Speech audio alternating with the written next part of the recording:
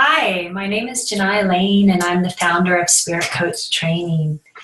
You know, one of the questions that I get asked a lot as a coach is what is the difference between the voice of ego and the voice of spirit? And many of us get confused by that voice, the voices in our head. And so I want to give you some pointers, some guiders to help you discern the difference and discern more truth. Because spirit is so important to follow that voice. The voice of intuition is the voice of spirit. And the thing about it, the thing to pay attention to is it's very non-conditional. And so it's fine if you don't listen to it. In fact, it's our infinite nature, so it has all the time in the world. And so whatever choices we're making, it's okay with that. And it has this ability to allow what is. And so it never pushes or forces or wills or manipulates or cajoles or any of those things that the ego does.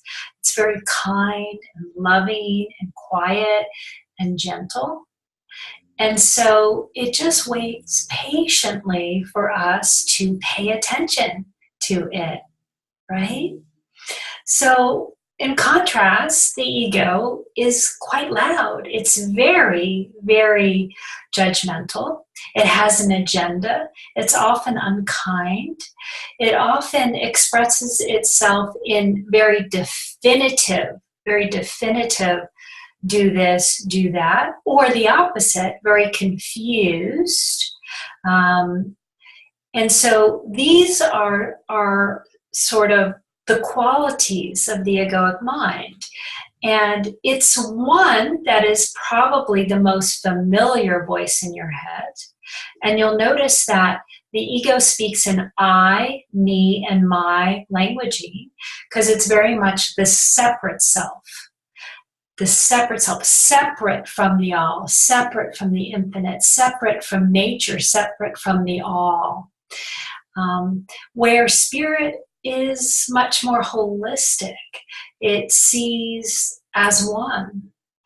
And it understands that when we follow the directives of spirit, we're actually following the directives of truth that leads to the greatest good for all, not just us as an individual, as the small self, as the personality, but the all. So it's really important to understand that when we begin to follow spirit, when we become more spirit-led in our day-to-day life, we're actually participating in the greater good, the greater unfoldment of the divine plan.